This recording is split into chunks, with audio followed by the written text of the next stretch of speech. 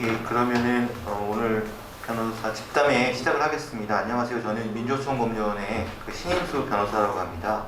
오늘은 실제로 이 손배 가압류 사건들을 많이 다루셨던 법정에서 또는 여러 가지 요구할 때 다루셨던 노동사건이 어떤 방식으로 이루어지는지 그 담당한 변호사님들, 노동사건 변호사님들을 모시고 이야기를 나누는 시간을 마련했습니다. 먼저 참석해주신 변호사님들부터 소개를 드리겠습니다. 금성문서 법률원 울산사무소의 정기호 변호사입니다. 반갑습니다. 법률사무소 새나라의 김창훈 변호사입니다. 공익인권법재단 공감의 윤지영 변호사입니다. 예, 금속노조법률원의 장서구 변호사입니다. 공공법률원의 우지연 변호사입니다. 반갑습니다. 먼저 첫 번째 토론 주제는 그 쟁행위란 무언가, 그리고 쟁행위가 어떤 방식으로 우리 사회에서 이루어지고 있는지에 대해서 좀 한번 말씀을 나눠보려고 합니다.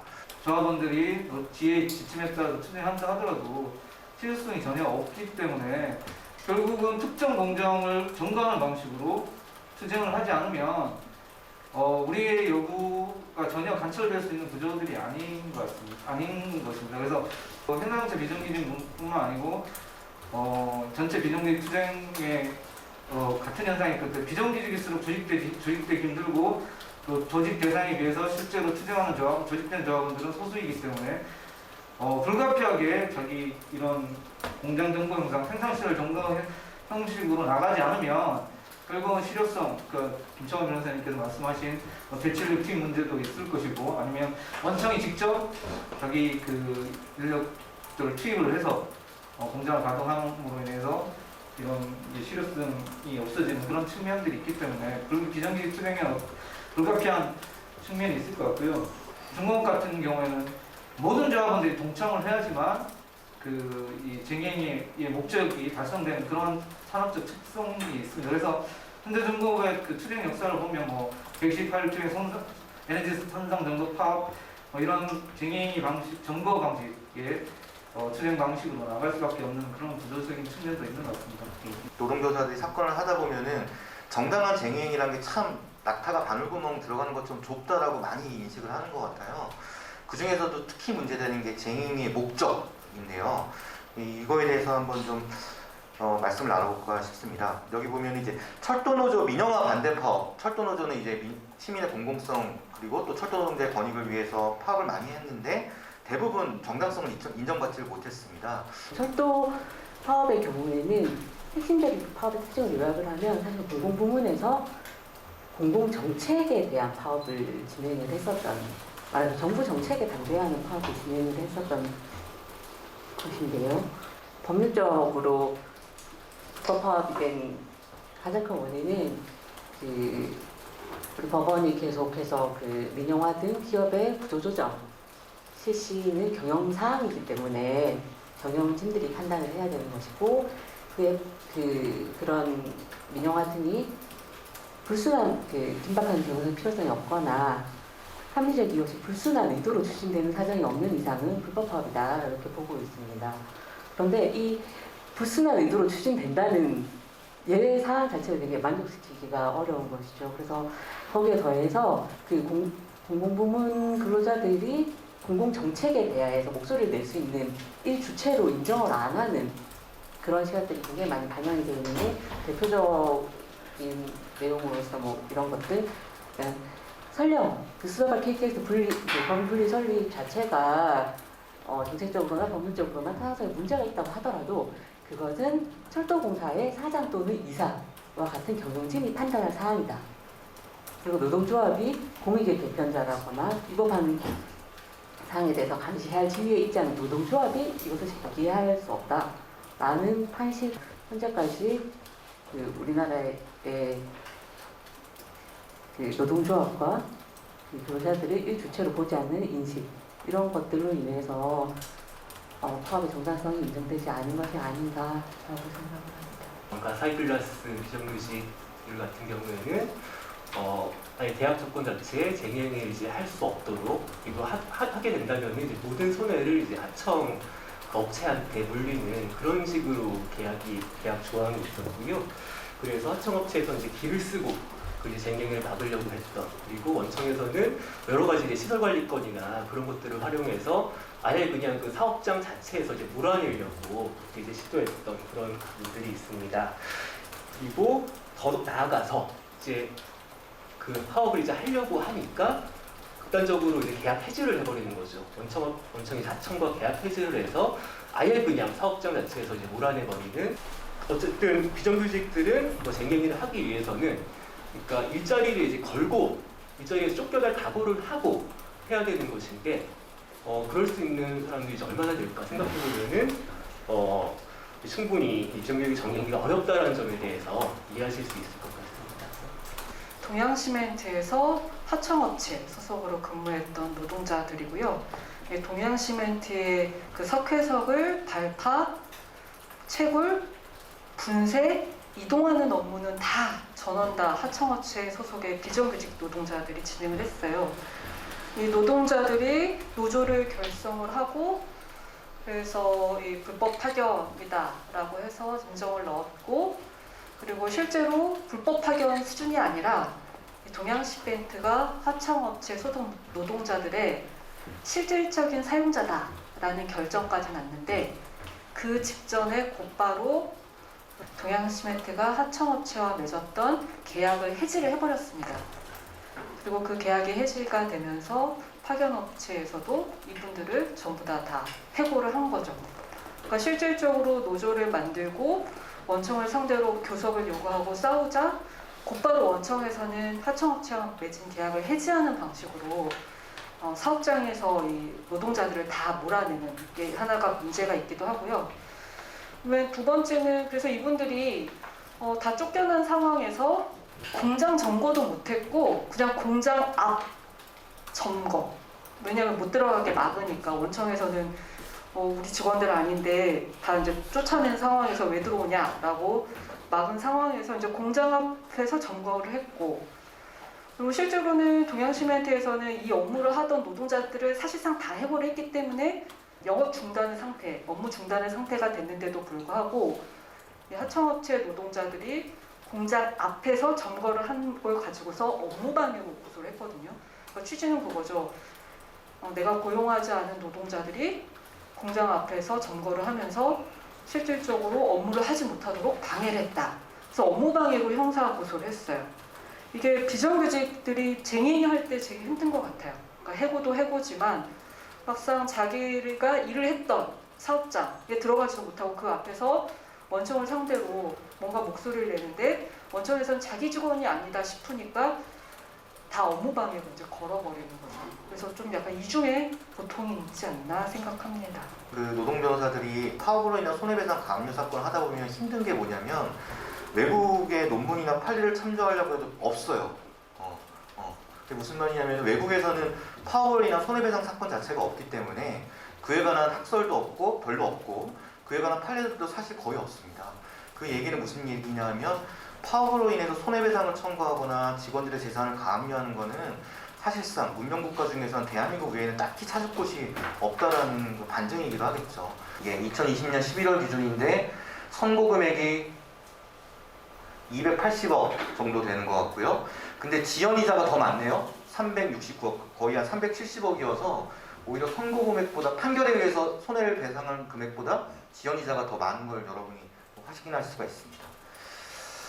예, 한 해에만 한 280억, 그리고 지연이자까지 합하면 360억, 합하면은 한 600억, 700억 가량의 손배 가압류가 지금 되고 있는데요. 그 현장업체가 문제는 그 약간 지연됐다는 것보다는 그 연대 동지, 그러니까 이 정규직 전환 대상이 아닌 연대 왔던 동지들과 또 조합원이지만 그 정규직 전환 대상이 아니었던 동지들만 남아서 지금 대법원에 지금 가 있는 그 90억, 80억짜리 소송, 20억짜리 이런 소송을 지금 짊어져야 되는 문제가 발생을 했는데, 그래서 이것들이 과연 이제 어떻게 해결을 해야 되는 게 맞는 건지가 좀 문제인 것 같습니다. 그래서 결국은 남아있는 조합원들이 모든 결과물들을 홀로 남아서 책임져야 되는 이런 문제가 이 사건에서 굉장히 큰 문제가 아닐까. 유승기업 사건에서는 그 회사가 40억 정도를 청구를 했고 그 중에 10억 정도가 인정이 됐습니다. 근데 이제 이자가 지금 막 붙어가지고 아까 보셨듯이 이자가 원금을 초과하는 지금 그런 상황이 지금 된 상태고 법원에서 이 인과관계를 그러니까 손실과 노동자들의 뭐 행위의 사이에 인과관계를 너무 쉽게 인정한 게 아닌가 그렇게 너무 아쉬웠고 그리고 이게 이제 문제점이 뭐냐면 이게 이제 아무리 40억 청구를 해서 10억만 인정됐다 하더라도 근데 인정된 금액 10억 자체가 너무나 큰 금액이기 때문에 노동자로서는 도저히 업자로서는 감당할 수 없는 그 금액이기 때문에 교섭에서 굉장히 불리해진다는 겁니다. 그러니까 이게 보통은 최종적으로 이제 노사가 서로 양보를 통해서 타결을 보게 되는데 그 교섭하는 과정에서 이 10억에 그러니까 이제까지부터는 20억이 넘는 손해배상 금액은 회사한테 엄청나게 큰 무기가 된다는 겁니다. 그래서 강하게 노동자나 노동조합에서 주장하기가 힘든 그런 상황이 되기 때문에 이거는 굉장히 큰 문제가 있다라고 보이고요. 초동공사가 2009년 파업 당시에는 100억 원, 그리고 2010년 파업에는 300억 원, 그 2010년 파업에 또 200억 원 이런 식의 거액의 손해배상을 사실 청구하게 되는데 그게 10년에 걸쳐서 손해배상 소송을 진행한 결과 최종적으로는 각각 5억씩 인정이 되었거든요. 5억도 굉장히 큰 금액이기는 합니다만 그 최초에 들어갔던 청구액 자체가 굉장히 부풀려져 있는 것이죠. 그런 상황에서 사실은 이 부풀려진 금액을 인정할 수 없기 때문에 받치다 보면 사실은 소송이 길어질 수밖에 없는 것이고 그 10년 동안 손해배상 소송을 진행하는 기간 동안 사실상 철도공사는 목적을 달성했어요.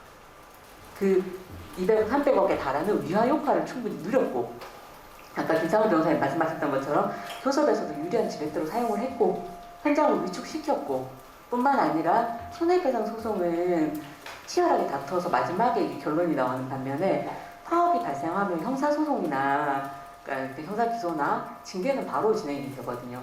그런데 형사나 징계 사건에서는 실제 손해액이 얼마냐가 세심하게 심의되지가 않습니다. 거기서 쟁점은 업무방해 위력이 있었냐 아니면 징계에 해당하는 업무 지시 위반이냐 이런 것들이 쟁점이기 때문에 손해액이 세심하게 다루어지지 않게 되기 때문에 사실상 그 사용자들의 호가 최초에 부풀려 놓은 금액이 형사나 징계에서 굉장히 불리하게 작용하는 그런 문제들이 있는 것 같습니다. 이 손배가압류가 아까 뭐 지금 나온 숫자가 뭐 60억, 80억, 100억 하니까 정말 손에 잘 안 잡히는데 굉장히 엄청난 금액이잖아요. 1억 1,000만 원, 2천만 원도 굉장히 큰 금액인데 이런 손해배상이나 가압류가 노동자는 물론이지만 그 당하는 노동자한테는 굉장히 삶의 터전 그리고 존엄성을 훼손하는 것 같아요. 당장 쌍용자동차 노동자들도 돌아가신 분들도 많으시고 이게 과연 손배가압류가 그 노동자의 인간의 영혼이나 삶을 어떻게 파괴하는지 예컨대 전세금에 대해서 가압류가 붙었다 이러면은 이사를 못 하거든요. 이사를 가고 싶어도 그 결국에는 거래 자체가 이 전세금을 반환받지 못하기 때문에 이사를 못 해요. 그리고 통장에 대해서도 가압류가 붙으면 당장 거래가 중지되기 때문에 생활에 영향이 있고 그래서 실제로는 그냥 일상생활 하는데 경제인으로서 그냥 시민으로서 생활하는 것 자체가 딱 막히는 측면들이 있고요. 그리고 문제는 여기에 이제 막 연대보증 막 이렇게까지 막 붙으면 실제로는 가족들한테도 영향이 파급효가 미치는 거죠. 그래서 그 가족들 입장에서는 내가 당하지 않은 거지만 나의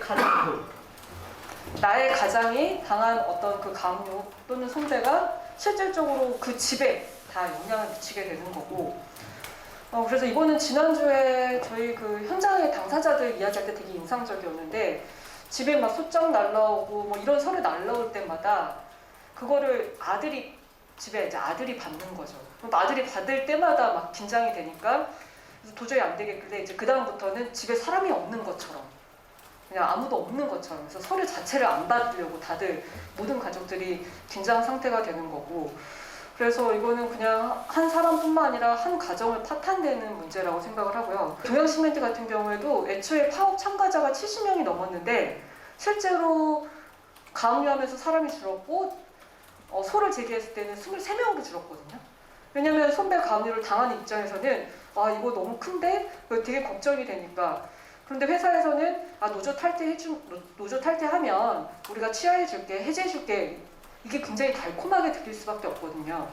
그러면은 사실 조합원 중에서는 그렇게 탈퇴하는 사람들이 생기게 되는 거고, 그러면 결국에는 남아있는 사람들과 탈퇴한 사람들 간의 어떤 그런 연대라는 것도 상실되고, 거기서 발생하는 배신감이라던가 인간적인 어떤 존엄성, 이렇게까지 운동을 하는 게 맞는 건가, 내 신뢰, 그 동료들에 대한 신뢰까지도 사실 무너지고, 서로가 동료였던 사람들이 서로 이제 적으로 몰아가게끔 만드는 그런 효과를 만드는 거죠. 이런 손해 산정에 있어서 대체로 이제 회계 자료를 가지고 많이 산정을 합니다. 그러니까 뭐 크게 이제 두 가지로, 크게 뭐 세 가지로 구분한다면은 지금 물건 파손의 문제, 물건 파손의 문제가 있고, 그다음에 영업 손실 내지는 고정비 손실의 문제, 그건 이제 소극적인 손해인 거죠. 그다음에 이제 위자료 문제가 있는데, 위자료는 이제 인정이 거의 안 됐다고 보시면 되고요. 근데 이 적극적 손실, 그러니까 그 물품의 파손 문제에 있어서도 사실은 이게 광범위한 이제 추정이 필요합니다. 그 다음에 이제 고정비 손실, 영업 손실에 대해서도 사실은 광범위한 추정을 필요로 합니다. 왜냐하면 이제 쌍용차 관련해서 이제 좀 말씀을 드릴 때, 쌍용차 소송은 그 손배 사건에서는 영업 손실 내지는 이제 그 손실을 추정을 할 때 만약에 파업이 없었다면은 팔릴 자동차의 개수, 그 다음에 그 자동차 차종당 이제 벌어들일 수 있는 공원이, 그리고 그 다음에 이제 무노동 무임금이기 때문에 거기서 이제 회사가 지출을 아꼈던 뭐 임금이나 이제 사회보장 비용 등등을 이제 공제해가지고 그 손해액을 산정을 했는데요. 하나하나가 결국 다 추정입니다. 사실상 그건 관계없는 비용임에도 불구하고 그것을 또 마치 이제 파업으로 인한 손해인 것처럼 회사가 또 주장을 했었어요. 근데 그런 비용들을 또 하나하나 이제 발라내야 되는 뭐 그런 문제들이 발생을 합니다. 그래서 근본적으로 그 회계 감정은 길어질 수밖에 없는 것이고, 그 이제 요소 하나하나에 대해서 따지고 들어가게 되면 또 보완 감정을 하게 되고, 그러면 이제 절차는 또 길어질 수밖에 없는 것이죠.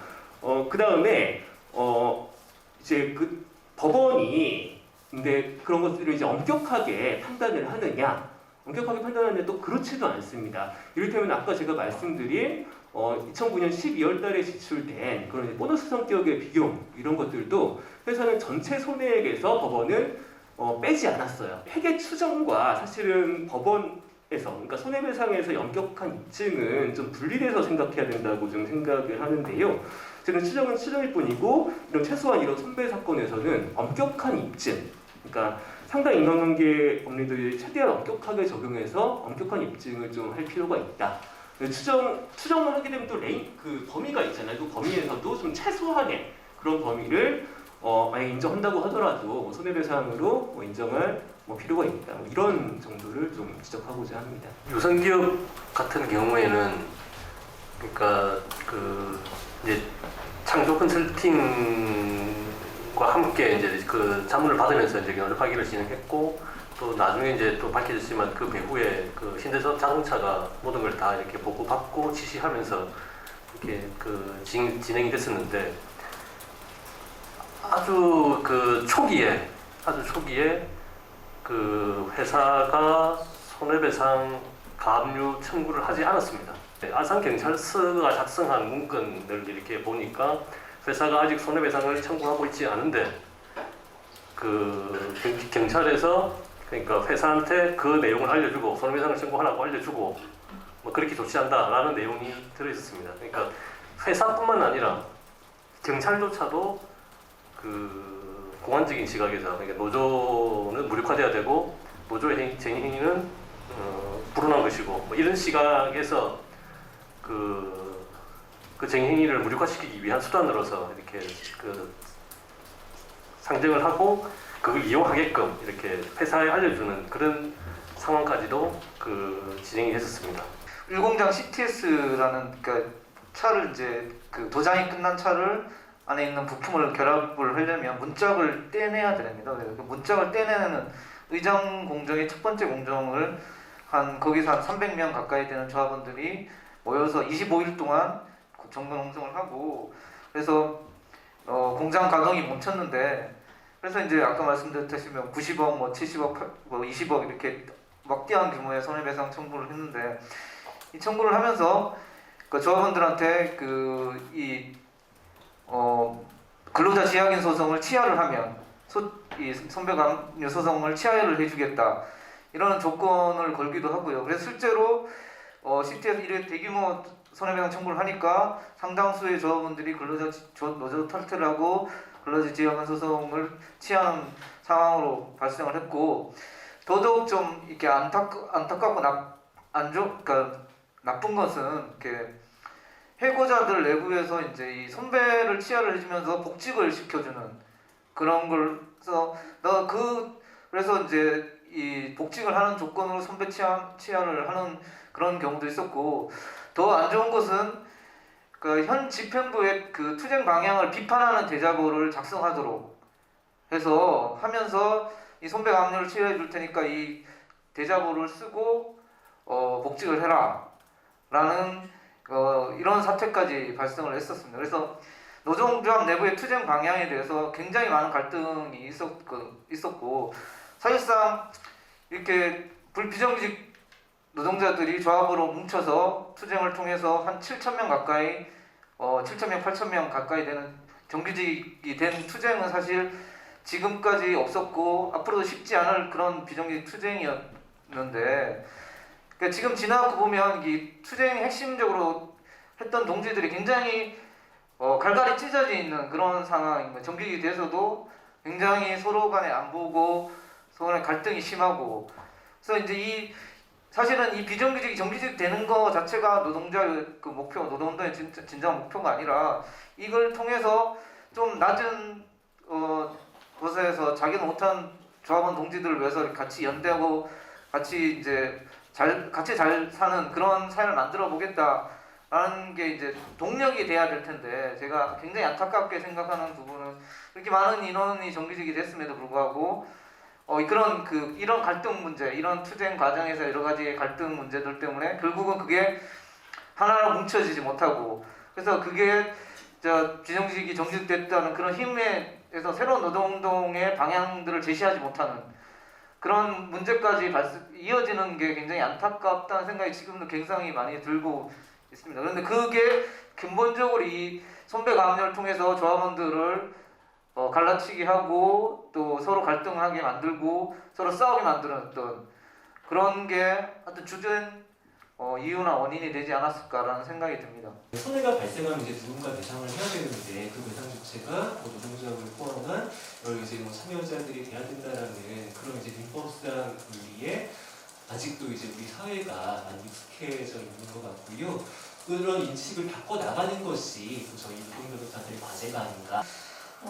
기본적으로는 쟁행이라는 것 자체가 굉장히 사업주한테, 사용자한테 위협적인 거고, 그럼에도 불구하고 헌법상 기본 권리로서 노동조합에 보장을 해준 거고, 그렇게 해야지만 대등하지 못한 관계를 그나마 수평적으로 만들 수 있다라는 어떤 그 헌법의 정신 자체를 국회의원들이 잘 모르는 것 같아요. 특히나 이제 환노위원들이 되게 중요한데 솔직히 말하면 이제 의지가 없는 거죠. 이해도 낮고 의지가 없고 그런 상황입니다.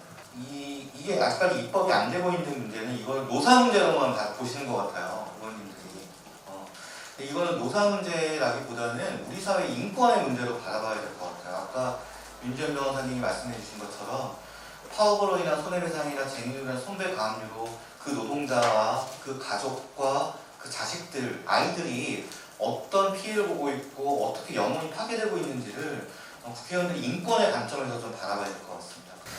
기본적으로 이제 그 대법원에서는 뭐 인사 문제 이런 거에 대해서 인사 문제나 이런 데 노조가 관여하는 거, 뭐 징계라든가 아니면 뭐 배치 전환이라든가 이런 거에 대해서 단협으로 노조의 동의를 받거나 뭐 협의를 하거나 이런 거에 대해서는 유효하다고 봅니다. 그런 걸 요구하는 것 자체도 근로조건으로 유효하게 보는데, 가장 중요한 문제, 내가 이 회사를 다닐 수 있느냐 없느냐 이런 문제, 다니고 나서 발생하는 인사 문제에 대해서는 노조가 개입하거나 이런 거에 대해서 정당하다고 보면서, 기본적으로 내가 내 생명권이나 내 생존권이 달린 이 회사를 계속 다닐 수 있는지 없는지, 다닌다면 어떤 못 다니게 되나 왜 못 다니게 되는지, 그거에 대해서 구체적으로 나를 설득하고 이해하고 이해시키고 또 최대한 내가 이 회사를 다닐 수 있도록 노조가 요구할 수 있는 길을 아예 원천적으로 막아놓고 있습니다. 이것은 굉장히 가장 시급하게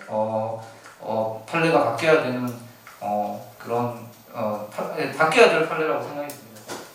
기본적으로 법원이 파업을 자제해야 되는 거, 파업을 하면 안 되는 거 기본적으로 파업을 하면 빨리 끝내야 된다는 거 이런 선입견이 있는 것 같아요.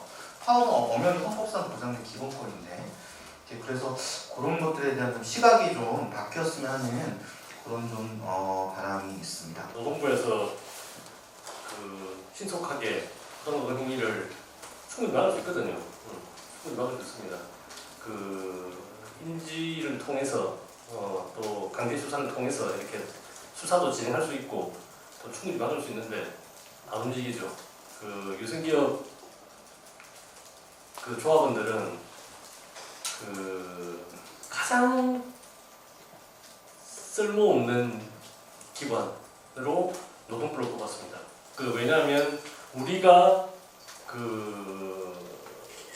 고소를 부당노동 행위로 고소를 하게 되면 거의 이렇게 사용자에게 면죄부를 주는 그런 처분들을 많이 하고 또 한 가지 방법은 처분을 아예 안 합니다.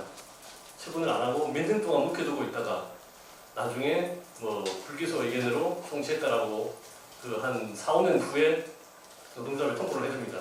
노조 무력화 공작의 실체를 규명해야 된다. 그리고 그게 개입된 정부 기관이나 창조 컨설팅 등과 유착된 의혹에 대해서 진상조사를 실시해야 된다. 라고 권고를 했습니다. 개혁위원회에서 노동부 장관에게 권고를 했는데 전혀 이행하지 않았습니다. 그렇게 진상조사 실시한 사실이 전혀 없습니다. 그리고 또 뭘 권고했는가 하면 검찰이 근로감독관에게 정당한 이유 없이 노동부 의견을 변경하도록 지휘하는 것, 보강수사를 지휘하는 것. 이게 왜냐하면 유승기업 사례에서 아주 생생하게 드러났었는데 노동부에서는 유승기업 사용자들의 부당노동 행위들을 기소 의견으로 송치를 해야 된다고 계속 의견을 냅니다. 근데 검찰에서는 계속 재수사를 계속 이렇게 명하는 방법으로 기소 의견 송치 부분을 무산합니다. 여러 번, 두세 번 정도 반복을 하게 되고 그래도 근로감독관이 안 굽히고 기소해야 된다는 의견을 계속 올리면 아예 이제 그때는 이렇게 합니다. 의견 없이 송치만 할 것 이렇게 직제로 지시를 합니다. 또는 의견을 불기소 의견으로 바꿔서 송치할 것 이렇게 지시를 합니다. 그런 관행들이 있기 때문에 이게 잘못됐다라고 지적을 하고 여기에 대해서 시정해야 된다라고 공고를 했는데 이 부분에 대해서도 그런 시정 건의나 그런 조치를 한 사실이 전혀 확인이 되지 않습니다. 그리고 부당노동행위 법정행위 되게 낮은 부분, 상한이 2년밖에 안 되거든요. 굉장히 낮은 부분도 높게 된다. 이런 부분을 위해서 장관이 노력해야 된다라고 공고를 했음에도 불구하고 전혀 이행하지 않았고, 그다음에 또 한 가지 최근에 들어서는 부당노동 행위를 사용자만 하는 게 아니라 전문가들이 조력을 하거든요. 노무사나 변호사들이 조력을 해서 하는 게 상당히 많이 생각하기 때문에 이러한 부분에 대해서 노무사나 변호사들을 강력하게 제재하는 제도를 이렇게 만들 걸 또 이렇게 만들기 위한 활동을 할 것을 이렇게 했는데 시정 건의를 했는데 이런 부분도 전혀 시정이 되지 않고 있습니다. 정부 간의 노조법 개정안 중에 직장 점거 문제가 있을 것 같은데 정부 노조법 개정안을 보게 되면 크게 두 가지 내용인데요. 점거 금지 시설과 관련해서 표현을 전부 또는 일부를 점거할 수 없다. 그래서 전부 또는 일부를 추가하는 것 하나. 그리고 두 번째로는 기본 원칙이라는 것을 넣습니다. 그래서 사업을 할 때 사용자의 조업을 방해하는 형태로 점거를 해서는 안 된다는 기본적인 원칙을 넣죠.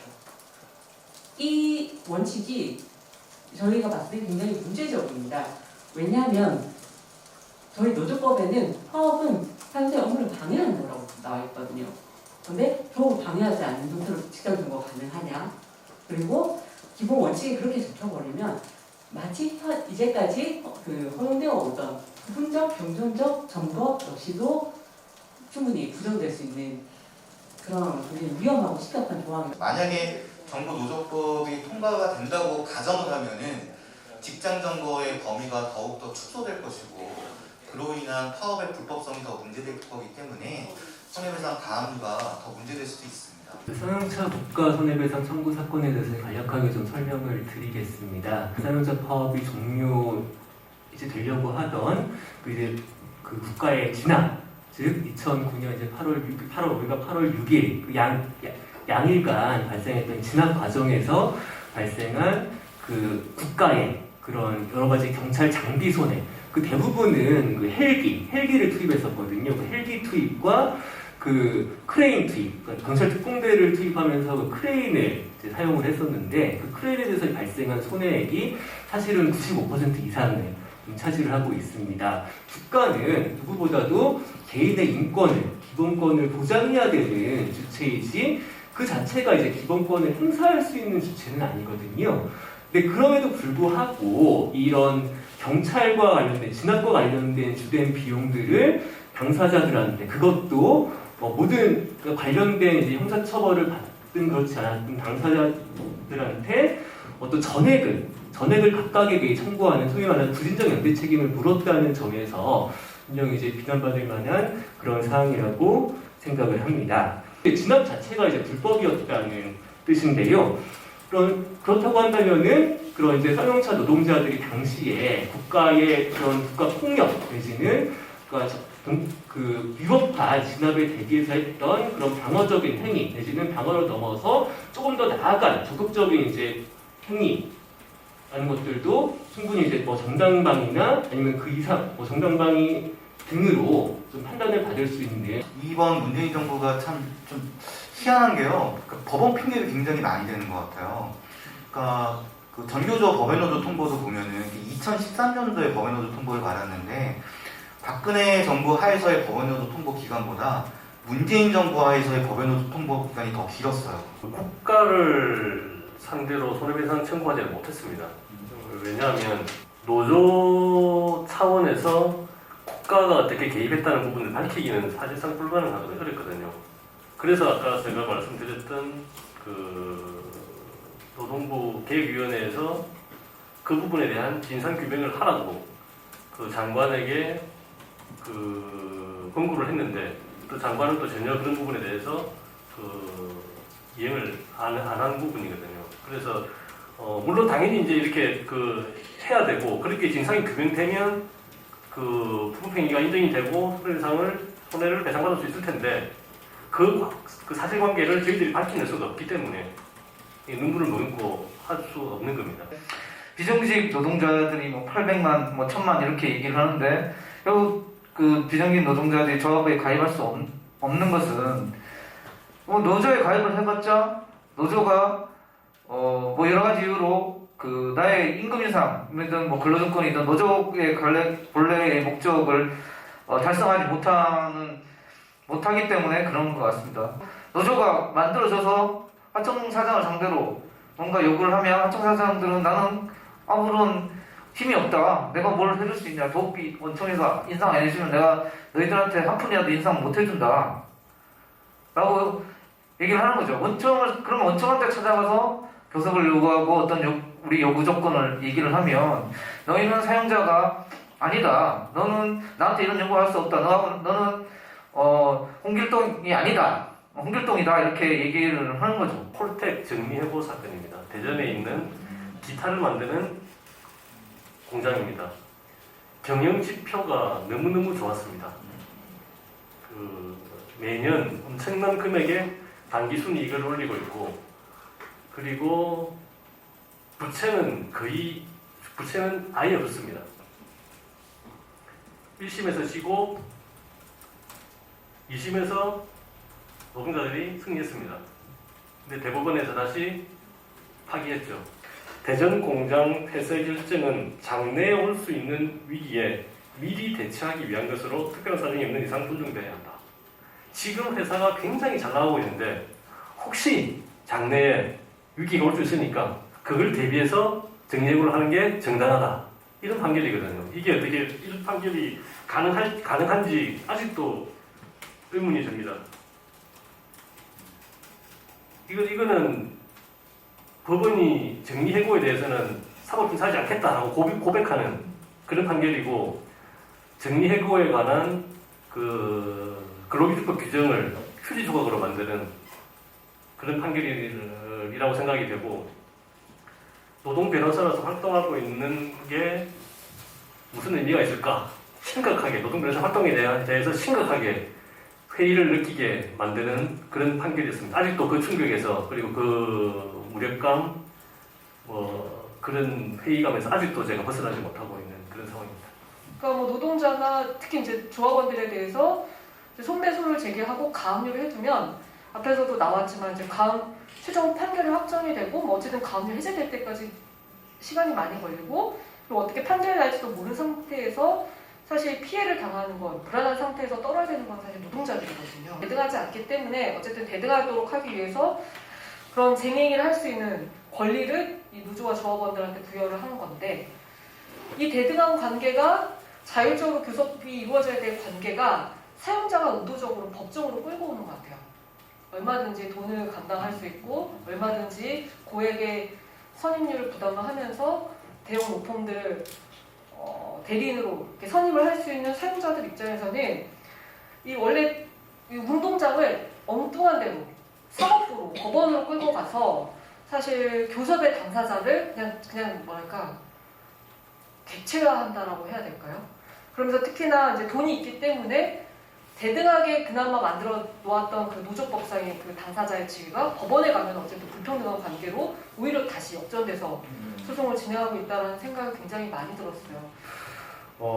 그럼 이 형사사건이 사실은 가장 부담스러우면서 또 이제 끝나고 나면은 그것이 이제 구속이 아닌 이상 그 집유로 풀려나든 아니면은 벌금을 받든 또 잘 되면 이제 무죄를 받을 수도 있지만은 무죄는 경우는 없습니다만, 그 어쨌든 풀려나서 다시금 활동가들이 시작할 때, 그때 가장 좀 제가 의미를 많이 느끼는 것 같습니다. 우리 제도가 쟁행위를 보호한다고 할 때 사실 그런 설령 목적을 이루고 그르치더라도 파업은 할 수 있도록 해줘야 되는 거 아니야? 내지는 정말 쟁행위를 보호한다는 것의 의미는 무엇일까에 대해서 우리 사회가 계속 생각을 해 나가야 된다. 제가 기억에 남는 거는 2012년 MBC 파업이었는데요. MBC 파업 때 그때 뭐 40명이 해고됐고 190억 손해배상 청구가 있었죠. 가장 그 중에서 당한 분 중에 가장 기억나는 분이 지금 하늘에 계신 이용마 기자입니다. 그 이용마 기자님이 그때 우리끼리 부르기엔 7관왕 불렀었거든요. 고소고발이랑 가압류 합하면 7개를 걸렸었어요. 그래서 월급, 뭐 퇴직금, 집 다 가압류했었고 그렇게 했었죠. 근데 이제 2번 또 구속영장 실질 심사를 받기도 했고요. 영장이 청구되기도 했고요. 근데 이제 그 과정 겪을 때마다 제가 기억에 남는 게 한 번도 그 이 기자님이 굴하지 않으셨던 것 같아요. 내가 이번 파업을 하는 거는 굉장히 정당하다라는 본인의 확신, 그리고 동료들에 대한 확신, 믿음 이런 것들이 굉장히 기억에 많이 남습니다. 물론 이제 MBC가 이제 적폐가 청산되고 민주화되면서 한글나라로 가셨지만 그분의 마지막 저서가 있어요. 2007년도에 냈던 책인데 세상은 바꿀 수 있습니다. MBC 이용마 기자입니다라가 책을 내신 적이 있거든요. 그 책을 좀 인용해서 오늘 회의를 마치도록 하겠습니다. 세상은 바꿀 수 있습니다. 시민 여러분이 손잡으면 우리 파업으로 인한 손해배상 가압류, 인간의 영혼을 파괴하는 손배 가압류 문제 꼭 해결할 수 있습니다.